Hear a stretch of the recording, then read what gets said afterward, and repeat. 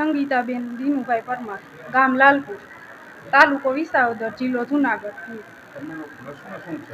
અમારો પ્રશ્ન એ છે કે અમારી માંગણી બધી પૂરી કરે। અમારે જોખમી સગર્ભાની તપાસ એ અમારે કટ થઈ ગઈ છે। પછી મિશન ઇન્દ્રધનુષનું એ કટ થઈ ગયું છે। આભા કાર્ડની કામગીરીનું એ અમને મળતું નથી। ઇન્સેન્ટિવના પત્રક મુજબ મળવાપાત્ર ઇન્સેન્ટિવ છે એ અમને મળતું નથી। પછી અમે ફિક્સ પગાર 18,000 કરી દે એવી અમારી બધી આશા બહેનોની માંગણી છે। અને જ્યાં સુધી અમારી માંગણી પૂરી નહીં થાય ત્યાં સુધી અમે આ હડતાલ ચાલુ રાખવાના ચોક્કસપણે। મારું નામ છે અગ્રાવત હર્ષાબેન પ્રફુલભાઈ, તાલુકો વિસાવદર અને પીએચસી બરડિયા।